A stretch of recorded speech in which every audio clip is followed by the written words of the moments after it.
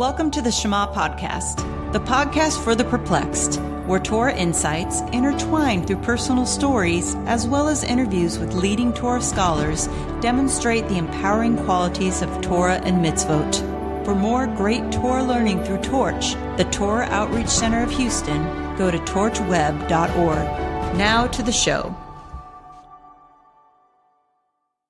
I have with me today Rabbi Yaakov Cohen to talk about something that is of vital importance for every Jewish man, all my Jewish brothers to understand. And before I bring them on to discuss this, I want to tell first what is it that I'm referring to, and also talk about my process of learning what this is and how to fulfill this very vital mitzvah. And the mitzvah I'm referring to is Bris Milah. Now, I always thought it was strange when I first started becoming religious and studying Torah 10 years ago that this very important mitzvah of circumcision was so important, so binding to the Jewish people. It didn't make any sense, because if God wanted us to not have a foreskin, then why not just make us without a foreskin? But I didn't really understand what this all was referring to. For one, I learned that because I had a circumcision, it was not a bris milah, because my parents didn't know any better, and they had a medical doctor circumcise me the day after birth. So I had to learn that that's not a bris milah. I had to go back and do that it's supposed to be done on the 8th day by moil. I had to have a rabbi do this for me. But more importantly, what I've learned over the years is what this mitzvah means, what it is a symbol of, and what it represents is not what I was doing at all my entire life, especially as someone who was not religious. Growing up, never being exposed to Torah, I didn't understand any of these things. And the power behind Bris Milah, that covenant, is that we are elevating ourselves beyond the animal. We are having our souls take control and submit our will to that of our eternal, infinite Creator, and not act like an animal when it comes to these areas of sexuality. When I was growing up, I was very sexually active from a very early age. I did not know what the Torah teaches us, that there's an organ of our body, if we feed it, it'll become more hungry, and if we starve it, it'll become satiated. I did not understand that. So in my 20s, I dated for one sole purpose, and that was for the opportunity to have sex. And because I was constantly feeding it, it was always wanting more, different women. And then I also realized that the damage I was doing by looking at women as not being these holy neshamas in a body, but simply being there as an object for my own delights. And when I got married, I'm very grateful, thank God, that my father impressed upon me that when you get married, the lowliest thing a man can do is cheat on his wife. So that's something I never considered. However, my wife and I grew up in an environment where we were taught if you can look but not touch. The other thing I was exposed to growing up that we all have been is that this idea of masturbation has been so normalized in our culture. I remember in the 90s watching sitcoms like Friends, where they would joke about looking at pornography and masturbating. There was an episode of Seinfeld, a famous one, I think it's called The Bet or something along those lines, where Jerry Seinfeld and his friends are sitting around and they start talking about this, and Jerry says, "Oh, it's like brushing your teeth. You got to do it in the morning." And that was my take. And then they all made a bet and this wager on who could go the longest without self-satisfying themselves. I think when they all got back from the restaurant, Kramer comes in the room, slaps down his money, and says, "I'm out." It's like, "We've only been gone from the restaurant for like 20 minutes. He's like, "I saw this woman on the way home." So that's what I grew up with. We all did. Many of those who have been outside the Torah observant community, and it's become so normalized. And so when I got married, I had such lust built up inside of me that my wife was not interested in satisfying that for me. So she knew I would take care of these matters. As she would say, that's a problem you need to solve with your own hands. And we didn't know any better. And we would make jokes about it. We would be out and I would see a beautiful woman dressed seductively. And she would say, "So, is she going to be in those little movies you run in your head?" And I always make this joke, just like, "Yeah, baby, but you're the star. They're just extras on the set." And she did not realize the damage this was doing to her on a spiritual level, on a psychological level, because this is what the world was telling us, that this was totally permissible. And this was even happening when I began studying Torah.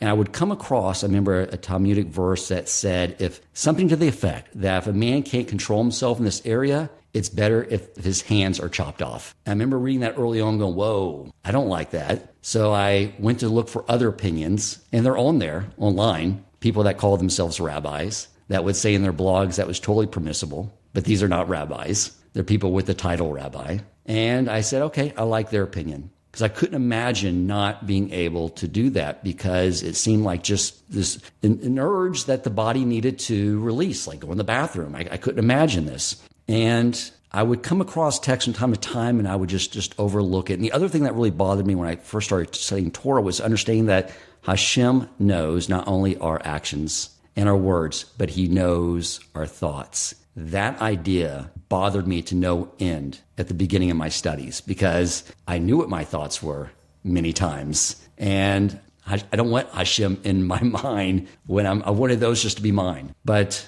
over time, as I began to study, and I started reading a book called The Garden of Purity by Rabbi Arush. And I got on a plane one day to return home, and I was reading this book. And now I was finally understanding what this meant and what I've been doing. Because the book, he sort of is very repetitive in a lot of the concepts by design, because it's sometimes we just need to hear it over and over again because our Yetzer Hara is just trying to get us to say, no, it's okay. Remember that one rabbi you read online, his blog, it's okay. But then I really started to understand the gravity of it. And I'm not an emotional guy. The first time my wife ever heard me cry was after our daughter was born. I went around after she gave birth, the nurses were preparing her, and she put her little hand around my finger, and I didn't even know what was happening to me. I just burst out in tears. My wife would always call me Spock from the character Star Trek, from the original series, because she said, you don't have any emotion. You just respond to everything analytically and without any emotional context. And so when I burst out in tears, she yelled out, what's wrong with my husband? What's wrong? Because she never saw me do that.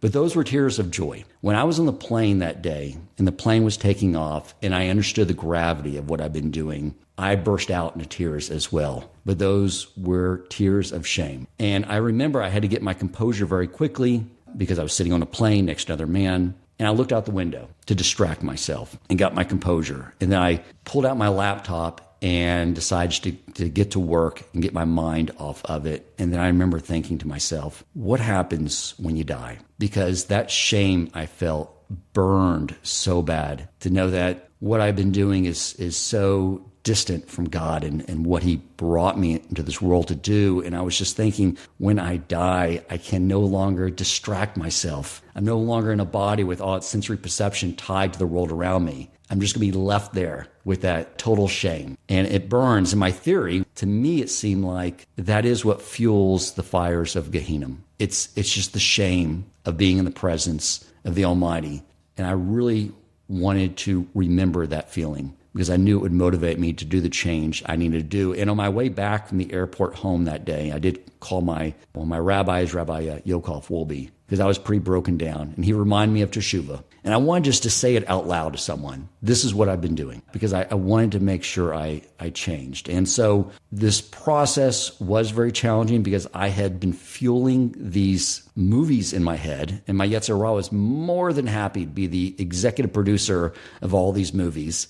And I had to get all those thoughts out of my head. And it started with going to a mikvah. Every morning I'd wake up early and read Rabbi Nachman's Tikkun, which Rabbi Cohen can discuss more of that, which have cleansing effects to our soul. And it was just a lot of praying. Every morning when I would get up to study Torah, after I would say those 10 Psalms, I would get up to study Torah, and that's when a man's testosterone is at its height. And when you've been feeding that every morning, that's when I would get hit with that urge. And I would just sit there and just practice what Rabbi Arush said. I just prayed, heartfelt tears. Hashem, please channel this energy towards passion for you in my Torah studies. I was marking off 40 days in my calendar because I know 40 has a very spiritual component to it of change. And I would fall sometimes and I would set the clock over again. But finally, I got through that 40 days. And now when I look back on it, being just cleansed of that, it makes the world of difference. For one, I know that I'm fulfilling that covenant with the Almighty. I'm doing this for myself. I'm not an animal. An animal goes out there and acts on an urge. Our society almost elevates men when they act like animals. I see ads all the time where there's men getting lots of women. They idolize them. That's being macho. That's being masculine. And Hashem and Torah is saying it's just the opposite. They're acting like extremely feminine. They're acting like animals. There's nothing to give them any type of value at all for behaving that way. And so this is such an important topic that I want all my brothers out there to know exactly what it is doing to us when we do participate in this or any type of sexual immorality, that there's a proper way, even with our wives, of doing things in a holy and modest way.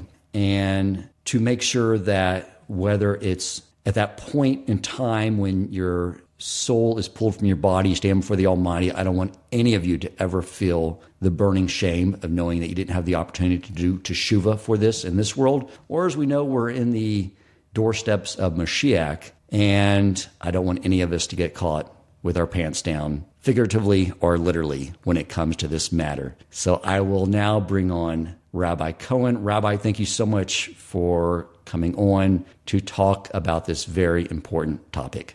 Pleasure to be here. Thanks, Dan, for inviting me. It is a touchy topic, isn't it? Yes, indeed. Yeah, in the religious world, definitely it is so danced or so lightly upon, and the recesses really hardly spoken about, more like shoved under the carpet as much as possible. Even though nowadays there is classes that are going on around the world in order to help people, young and old, with this issue. And it is an issue. So yes, I do share a lot of the same experience, because don't forget, I was also not raised in the religious world, raised in the sunny beaches of California, where everything was basically open and everybody was running after everything, and whatever the skies will live in, whatever your eye sees, go after. And I also was not aware of the idea of keeping the covenant. We'll call it Shmirat Habrit, keeping the covenant, guarding the covenant. Until I got to yeshiva. And even then it was a few months in when I was exposed to a text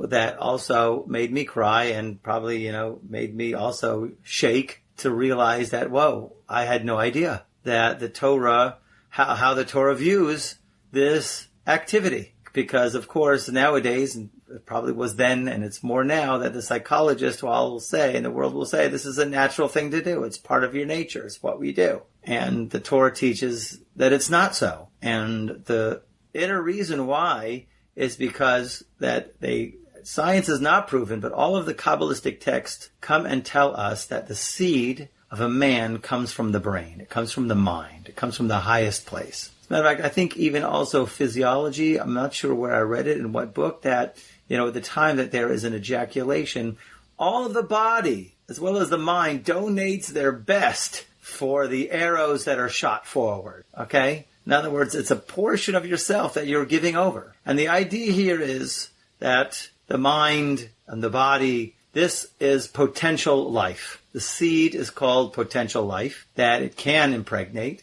And even if, let's say, a person is with a woman who cannot get pregnant for whatever reason, there's still, we have handed down, that there's still a neshama, a soul that is created with this powerful act, because this is a unbelievable source or an energy of a life-giving process.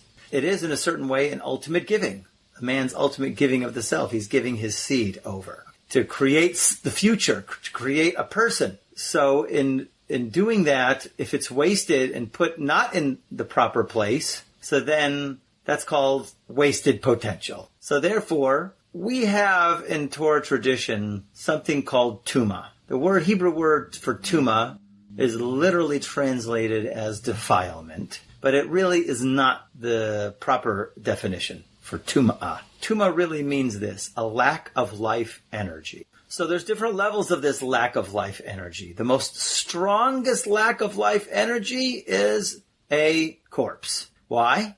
Because it had a soul in it, and the soul now has left the body, and nature abhors a vacuum. Instantly, that goes into this body is with this extreme lack of life energy. We'll call it a darkness or a tumah, and that makes it the highest level of tumah, okay, that we have, a corpse. And then there's lower levels of tumah. When somebody touches a dead lizard, that is also a lack of life energy. that this person has come in contact with. There's the woman in her cycle. The woman in her menstrual cycle, it's not that she's tuma, it's not that she is defiled, but really there was a potential life that is now running out, that is gone. That's the egg that is running through her body. It's not her per se, it's a lack of life energy. And the same thing goes by the seed of a man. Even though that there's probably, I don't know how many sperm cells come out that a person ejaculates, but it is still called a potential life. And so, therefore, there's going to be a lack of life energy if it goes definitely to the wrong place. I don't want to get into scary stories or scary stuff. But, interestingly enough, that Adam had a first wife. Adam had a first wife.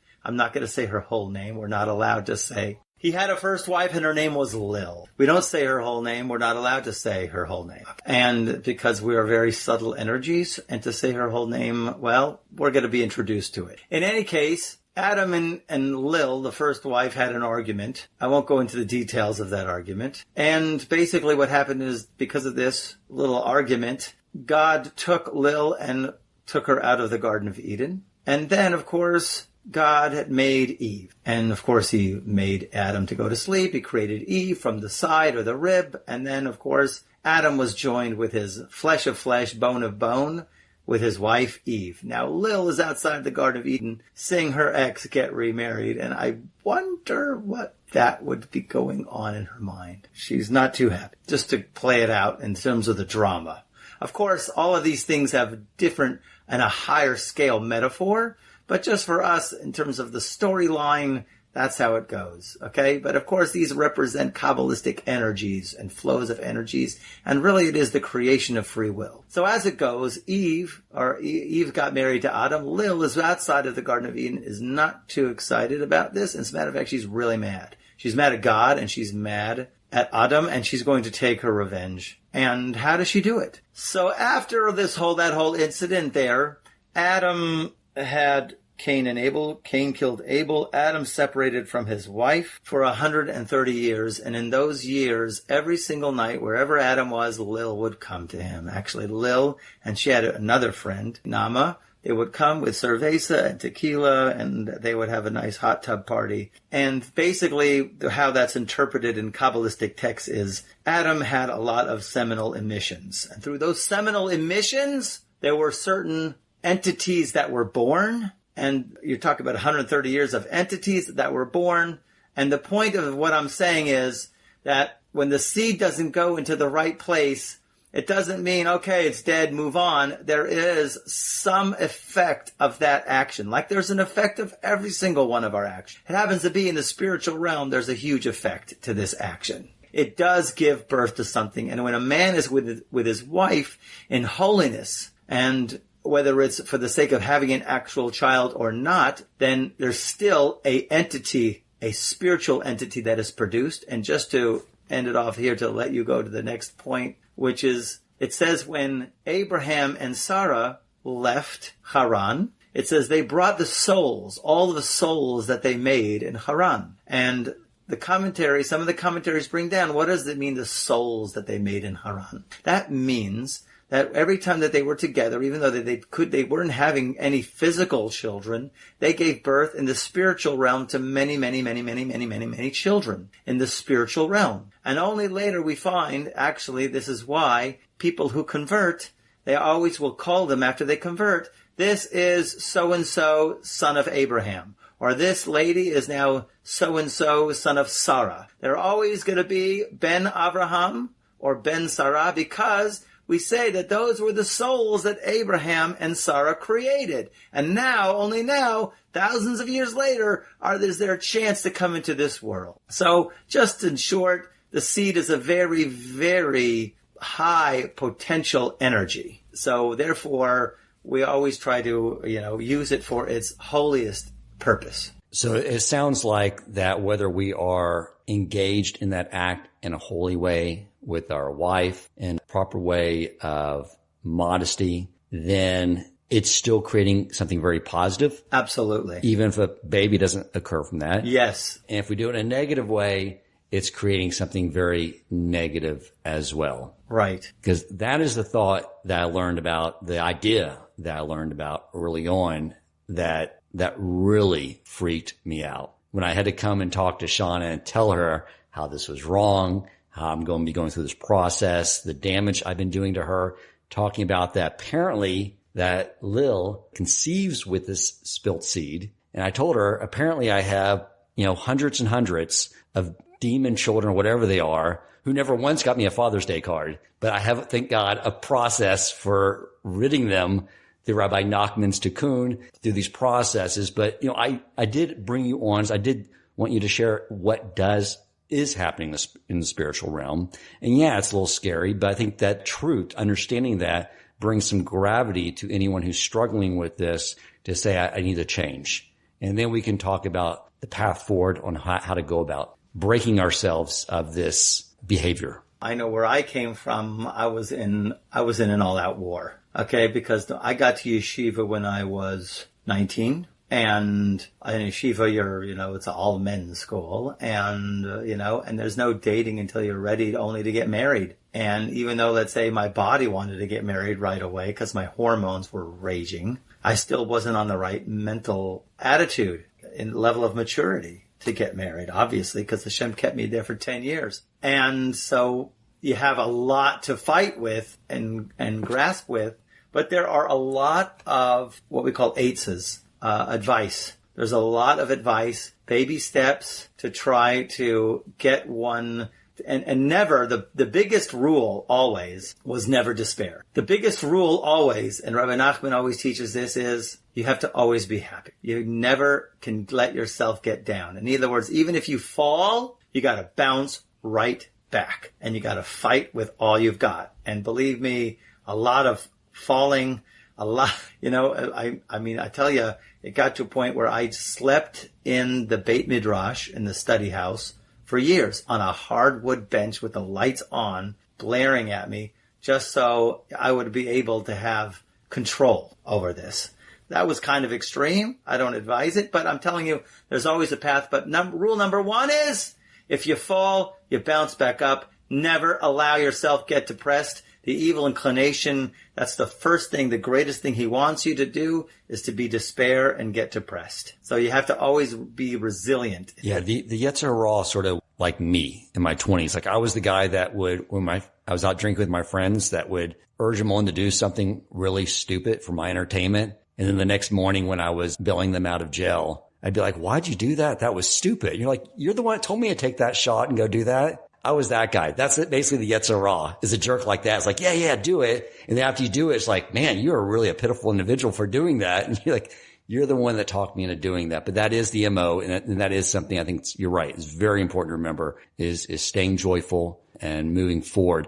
I'm curious to know too, what your thoughts on why this is not something that you see a lot of rabbis in outreach talking about. My theory is that is because maybe fulfilling those other mitzvot, beginning Torah study, are easier, or maybe those build up the strength to then take on that challenge and fulfill the covenant. That's a great idea. That's exactly actually what the Gemara does say. That if the maneuver, if the disgusting one happens to breach you, bring him to the house of study, which is the maneuver is the evil inclination.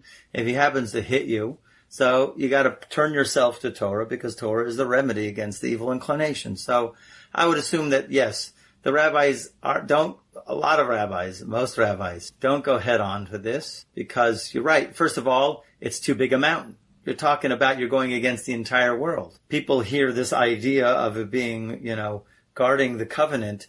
That's like from somebody from outside would look at that at a surface way and say that's ridiculous. This is the way of nature. This is the way. So, okay, first you have to educate in Torah, and then they have to understand the potential that is in this act. And it is the holiest of holies, by the way. We do look at the house, a person's house, as being the mini temple, mini Beit HaMikdash. Your table is like the altar. Your kitchen is where they would slaughter the offerings. And actually, you'd light the Shabbos candles as like the menorah. And actually, in terms of every single chamber or place that they would have in the temple, it has its counterpart, the Holy of Holies that's in the temple where the Ark of the Covenant was.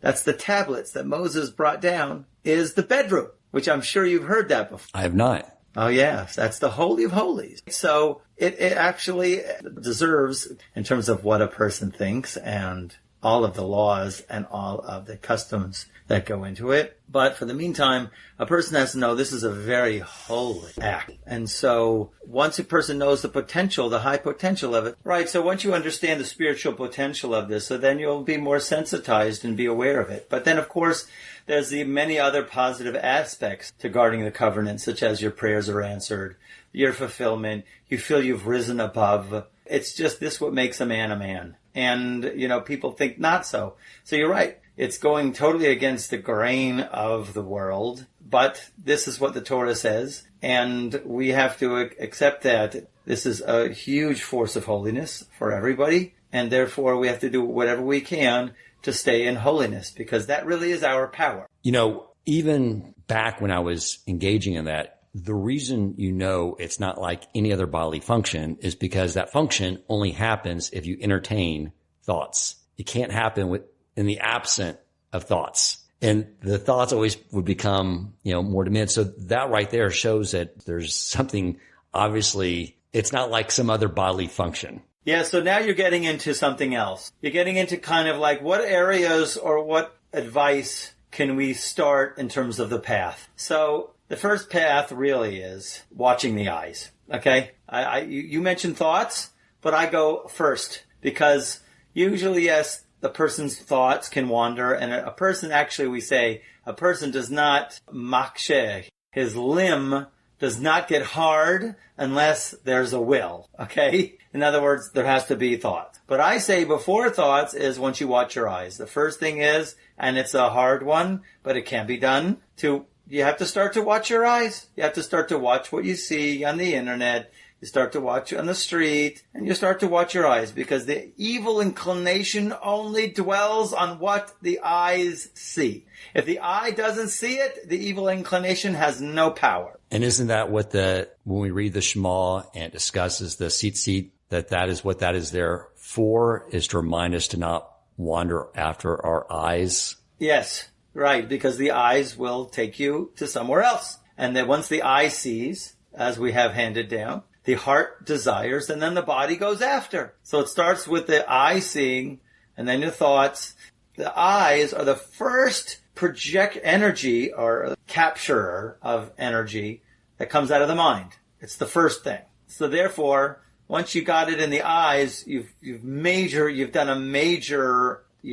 triumphed majorly in terms of overcoming the first hurdle. The next, of course, is you got to watch your thoughts. And then, of course, words and what you hear is the next level. And then, of course, there's the actual act itself. So when it comes to guarding our eyes, that is even so much more challenging today than ever. Because if you want to watch something entertaining, it's almost impossible to find a good series or a movie that doesn't have some scene in it with what? Yes. It's very, very difficult. So you need a mashgiach or a mashgicha, what we call it. You need a supervisor, a kosher supervisor. You need somebody there with you who will block your eyes. If you don't have somebody, well, then okay, try to do it yourself. Listen, I'm not saying it's not challenging. It is probably the most challenging because it's something also in our society that we're not accustomed to do. Women walk around very immodestly dressed, and no one has ever taught, and they don't teach it in schools. Hey, you shouldn't be gazing. You shouldn't be looking. First of all, women shouldn't, whatever. It's going to be, this is what society is. We're in it. And so therefore it's the man's responsibility to guard himself, to guard his covenant, to try to do the best he can to watch his eyes. So one of the first things I did was I quit the gym where I worked out at, and I built a gym here because the culture at the gyms the purpose of clothing is to cover the parts of your body that you're not real proud of. And so the more the women would get into shape, the less clothing they needed. And it was just impossible. And So I stopped going there. But I even have... You've got a bigger problem. Yeah, I agree. I also stopped the gym. I stopped the gym because I would go on the treadmill and there was this like 20, 30 screens of all kinds of stuff flashing in my eyes. And I had to keep my eyes down. It wasn't working out, the music, whatever. I built my gym at home also. So let's talk about, you mentioned the benefits. There are rewards in this world as well. Like I believe I read from Rabbi Nachman that the curse in Genesis that Adam would have to toil for his bread, that curse gets lifted when the covenant is maintained. Yeah, there's a lot of statements, there's a lot of ideas like that in terms of the benefits that a person who keeps the covenant, how well connected he is and how well, basically, we'll call it the bounty, how the bounty flows. Okay? Meaning the spiritual bounty, which has to do with, it bleeds in all areas. Not only just consciousness, but also actually your parnasa, meaning your finances. All of those things flow when a person keeps his covenant. The biggest paradigm we have of that is with Joseph. Now, Joseph, who was sold by his brothers down to Egypt, 17 years old, he's in the house of Potiphar, and the wife of Potiphar, sees in the stars that she's destined to have a child from Joseph. So she's changing her clothes, and she's beautiful, changing her clothes, prancing in front of Joseph, going, come on, let's do this. And here's Joseph, 17 years old, hormones raging, and he says, I can't.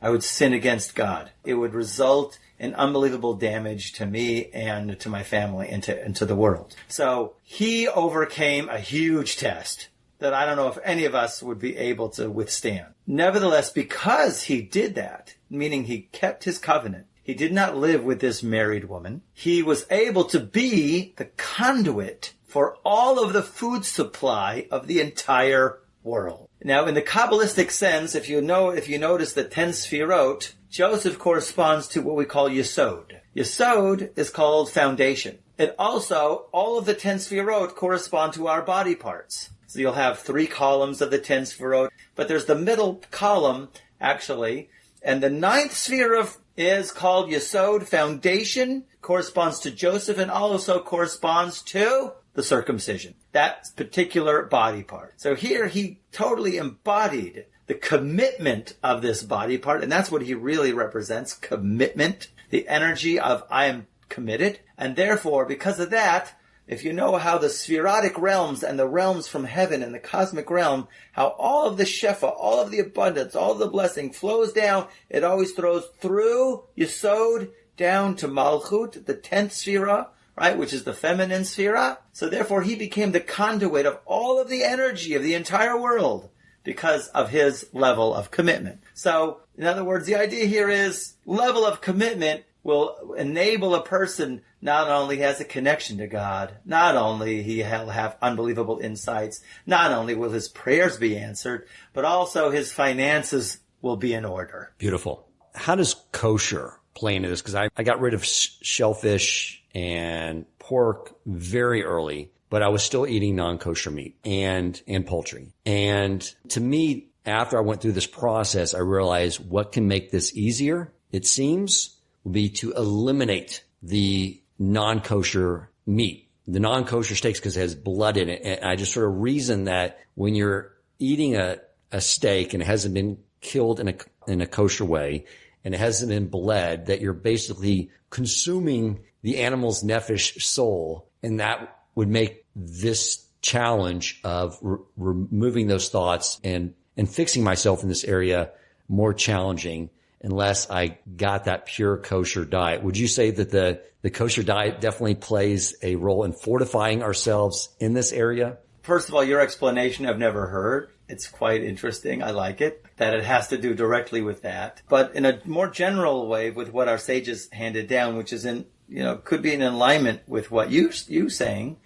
In general, someone who consumes non-kosher food, the Hebrew phrase for it, the effect is it's metamtem the lave. What does it mean, metamtem? It means it blocks the heart. Now, we're talking about a physical heart here. So what I have seen that people who have tried to get through to people who eat non-kosher is that they have a blockage. In other words, you'll throw a piece of truth at them, and it kind of like bounces off of them, or they get kind of stoic and it doesn't penetrate because of blockage. A person who eats non-kosher food results in blockage. You can't, even if the truth hits you in the head, you might not grasp it. That's why a person has to take the challenge, the kosher thought challenge, and go on a kosher diet for 30 days and see how they're thinking.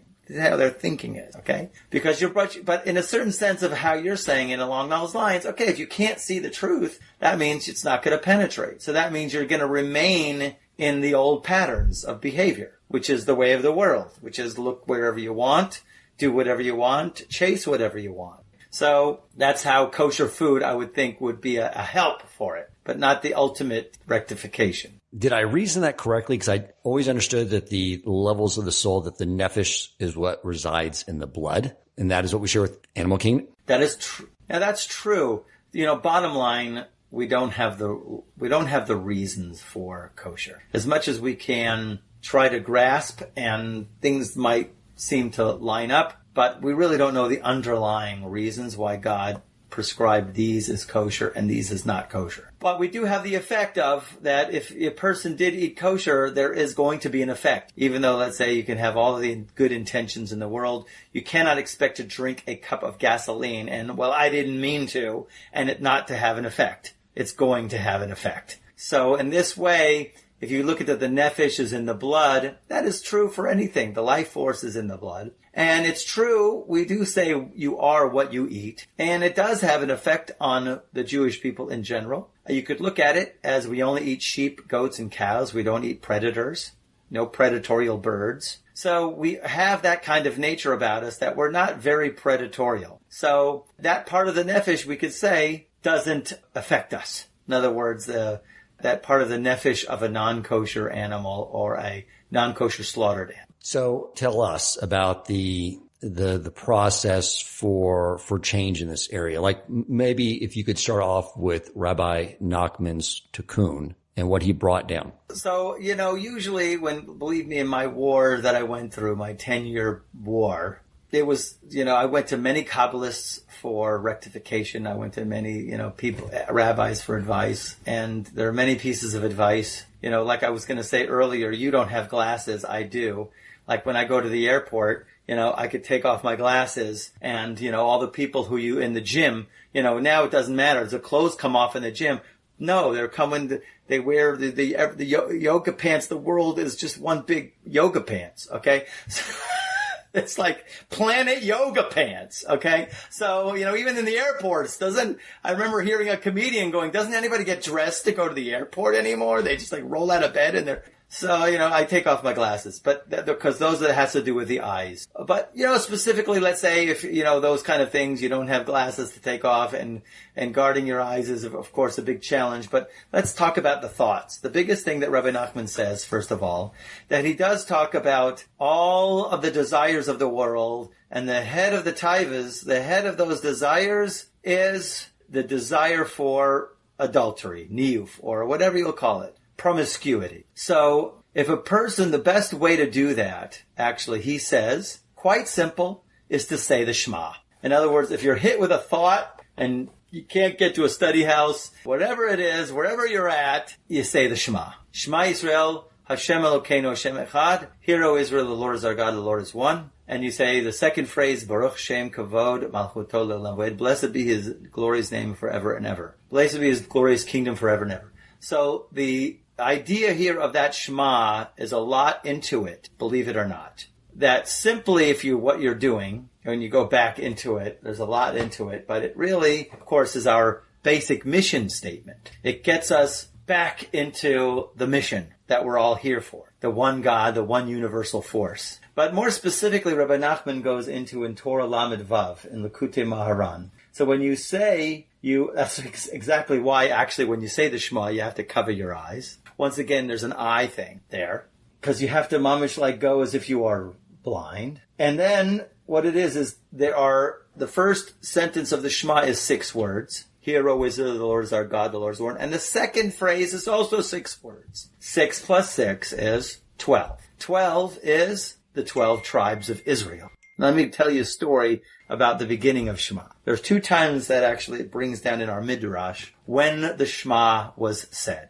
You don't really see the Shema, which is a verse in the Torah till Deuteronomy, but in Genesis, there we have handed down, there were 2 times that the Shema was said. And one of those times was when Yaakov Avinu, Jacob our father, on his deathbed, all of the tribes were around him. He was about to tell over when the Messiah would come, when it would be the end of days. And all of a sudden, the prophecy left him. Lights out. And he was asking, why all of a sudden, when I had it, did God remove it from me? That I'm not supposed to reveal it? Maybe, he thought, one of you is not with the program. Maybe one of you is not totally committed to the mission, to the company. I have a traitor among you, perhaps. That's what Jacob said. And all of the sons, while they were around his father's deathbed, looked at each other right in the eye and said, all in unison together, Shema Yisrael Hashem Elokeinu Hashem Echad. Hear, O Israel, the Lord is our God. Meaning, we are all totally on the mission. And then he responded with, blessed be his glorious kingdom forever and ever. And the idea here is, each one of those 6,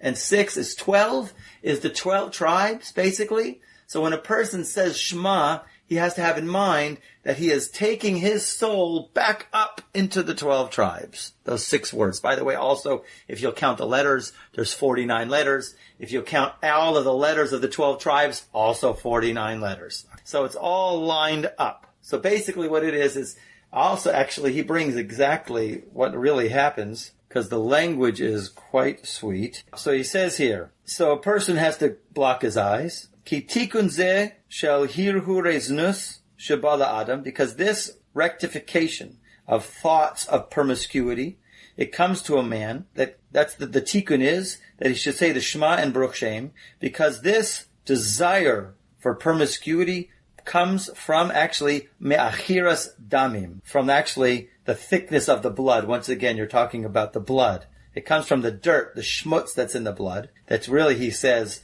more specifically in the Tikkun Zohar also brings this down, the Zohar in general. Mitachol, it comes from the spleen. Who is Lil? Lil resides in the spleen. Remember he talked about Lil in the Garden of Eden, Adam's first wife. Shu Shifcha Bisha. She also has another name. She's called Shifcha Bisha, the evil maidservant. Ima de Erev Rav. She's also called the mother of the mixed multitude, the mother of the Erev Rav. She Malchus HaRasha. She is the evil kingdom. So when a person says that, so what happens is he elevates and he takes all of the life force from her. And when he focuses on his ultimate mission, that I am here to be an expression of the one God in a holy mission. My mission is very holy. So that what happens is they take basically the force of Lil away from her. It's almost like taking the piece of meat out of the dog's mouth. You know, you're ripping it out of the dog so the dog doesn't have food anymore. You're taking the batteries from the matrix, and then the matrix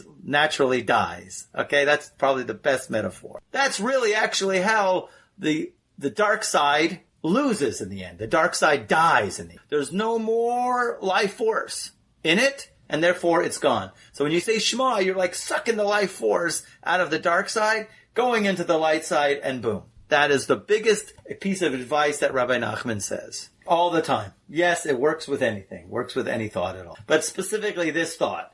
But he says, he goes on later, he says, this is only if you get it once in a while. If you get it too much, then you got to say the Shema with tears, which is a whole nother topic, to say the Shema with tears. But I will add this one thing. To say the Shema with tears, basically the commentary says that if you're in a state of sadness and you're crying for whatever reason, say the Shema then. And that what happens is they discovered actually in science something quite interesting, that tears of sadness, they looked at the tears and there's actually poison in the tears. So as soon as I heard that from somebody who said that there's poison in those tears, I said, that's Rabbi Nachman. Meaning the spleen, you suck the poison right out of the spleen and then it's gone. In other words, you took the juice right out of Lil. And therefore you've ended the force or the grip of the evil inclination. just to go back just a little bit more, you did mention Rabbi Nachman's tikkun. Tikkun HaKlali is very important. To say those 10 Tehillim, always very important. I was told that's only for a nocturnal emission, an accidental kind of thing. But you know something? To say Psalms all the time is always good. And if you don't have a lot of time to say all of the Psalms, if you got only a time to say 10, so would be definitely a huge benefit, because he does say at the end, let's say it happened. Let's say it happened. A person fell. So like we spoke before, that energy goes to the dark side. Lil now takes that energy and has a hybrid creature in the spiritual side, what you would call a demon or a hybrid or something. You got to get it back. So the tikkun of Rabbi Nachman, the 10 Tehillim, suck those energy sparks back. So if a person has what we call a nefila, he fell. So therefore, he always recommends to say those 10 Psalms that the next day, and therefore to get the holy sparks back, so that when a person at the end of his life, he's not greeted with 10 million children from the dark side, that not one of them sent a Father's Day card. So Rabbi Nachman's tikkun is only for a nocturnal emission, not for... So it has been taught to me, but you know something? I would say this generation, we've fallen so low that you can't, everybody is caught up in habits. And of course, a person has to make as much as a fight that he can. He must, but these things happen. A person does fall, still say it. In other words, even if it's not a nocturnal emission, I would recommend a person to say it nevertheless. The Breslov say it every day. Every day after the morning service, every day everybody says it. It was my understanding that there's a psalm for each of the 10 Sephirot, and it's sort of like this, any negative stuff you have on you at a spiritual level, it sort of is a cleansing process. Absolutely right. So like I said, it takes the sparks. There are holy sparks in the seed. So you need to take, and they're caught in the dark side. Each one of the Tehillim takes it out from the 10 Sefirot of dark. What other words of wisdom would you like to share on this topic to help out anyone that's struggling with it? Okay, so now we do have certain laws. There are bodies of laws in how a person can guard himself in actuality, of course, because the path of tshuva is really always just stop, okay? Just stop. Forget about the thoughts, forget about all those are like safeguards to try, but of course, if a person can stop. Now, there are safeguards in the physical realm which a person has to stop. It's like they recommend never put your hands down below your waist. People go to the bathroom. Okay, when you go to the bathroom, I'm talking about number 1, so a person should not hold his limb. Because you're holding your limb, you're going to stimulate it. So they recommend hold the crown of the limb, or do any other way, don't touch the limb. When you're in the shower and you're washing, try to also not to stimulate. We do try to do things not to stimulate. That's the thing. Not to engage in activity, not to look at things which could stimulate that activity, not to listen to things. All of those things go into just the safeguards for it. I also heard, and I've noticed this too, that just crude talk, like I'll be with guys from work and they'll be at a conference, we'll go to a bar afterwards. And a lot of times there's just crude conversation, which I know before I go into that situation, it's going to be there. And I heard that just even engaging in that, even just trying to placate the guys and listen to it, where they're trying to be funny, it's crude, that also is something that can have a negative impact in this area. Thoughts, words, and action. It's always that. They all have an effect on us. So your thoughts, your words definitely have an effect, and your actions, what you do with your hands. A lot of times, all of those 3 you have to safeguard, and all of them have an influence. Can you add any words with regard to spousal relationships? Because it's my understanding too, there is certain manners and times and ways to make sure that is a holy endeavor. That is such a monster topic at the end of this podcast. To bring that up now, that is so loaded. I'm telling you, I could give a podcast on this for years. See, seriously. Because like I said, it's called the Holy of Holies. And what a man thinks, you shouldn't be thinking about anybody else. That's one thing for sure. And, and there's a body of laws in terms of relations. That's a whole nother ballgame. I'll tell you what, Rabbi, that sounds like a nice teaser for a follow-up interview to do on that topic as well. So I do want to thank you once again for taking the time to speak with us today to share your wisdom on this very important subject. If you enjoyed this episode, please consider supporting Torch so they can continue to spread Torah wisdom to the world by making a donation at torchweb.org and clicking donate in the top right corner of the page.